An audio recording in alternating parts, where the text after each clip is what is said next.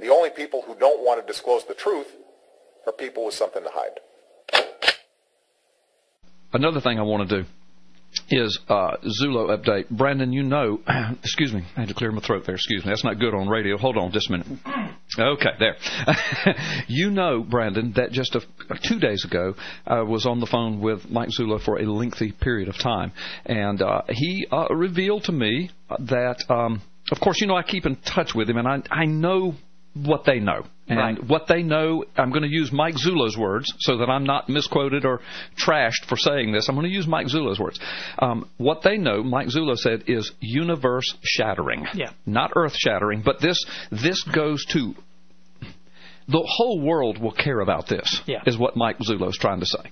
Not just Americans, not just tinfoil hat, not just birthers. It's way beyond the birth certificate now, what they know. The documented evidence.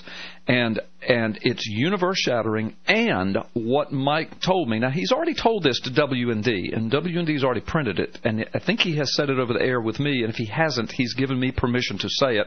I can't remember if he said it on my program or not, but they're shooting for a March release date of this information. Yeah. And it's you know, I got to be careful. I don't want to give too much away here. But I have people talk to me all the time. They say, you know, I just can't believe. And then they'll say something about something that has happened in our recent history, and I can't believe this and I can't believe that.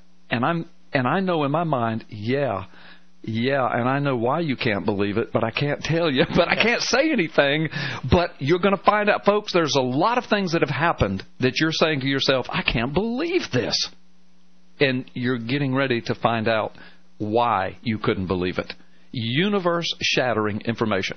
And over the next few weeks and, month and a half or so, what they're doing now is they're going back and double, triple, quadruple checking and verifying the information they have in hard copy format to make sure that everything they release is 100% accurate. This is going to be a huge year, Brandon. Yeah, no doubt about it. And, I tell you the thing that I'm finding all over the Internet, and, I'm all out there in the blogosphere world and everything, I know. And all over different sites. But what's interesting to me is I love to read the comment section and see what real people are saying. Yeah.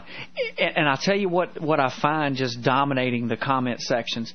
People just want him gone. I know. They don't care how. They don't care if it's because of a birth certificate or because of criminal charges or Benghazi or whatever. Yeah. They're tired of the lies. Right. They're tired of the fraud. They're tired of the scam. They're tired of criminals that have hijacked our government sitting in Washington, D.C. Right. They want this man gone from office. And in case people think you're exaggerating, don't forget, Obamacare, some of the people that they hired literally had criminal records. Criminal records. We've seen that across the board. TSA Obamacare, agents, criminal records. Any federal government program that comes out seems to be riddled with criminals. Some of Obama's best friends have criminal records. Terrorists. Obama launched his campaign. Neil Bort said this on your show. On my show. Neil Bort launched his campaign. So this was right after the Boston bombing. Right.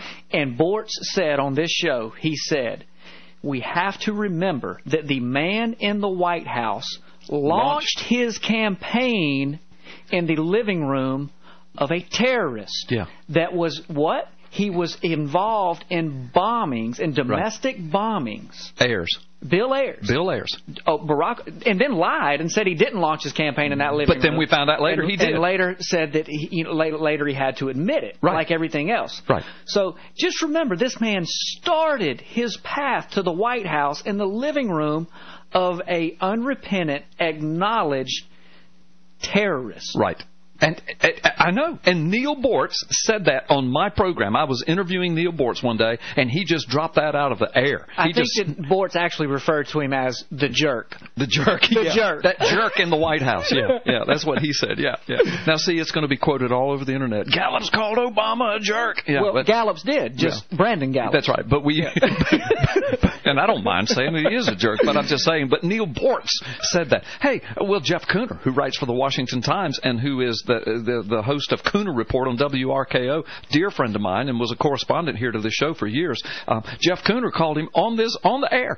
He said, he never recanted, never repented, didn't even laugh when he said it. He said, that man is the Antichrist. Yes, he did.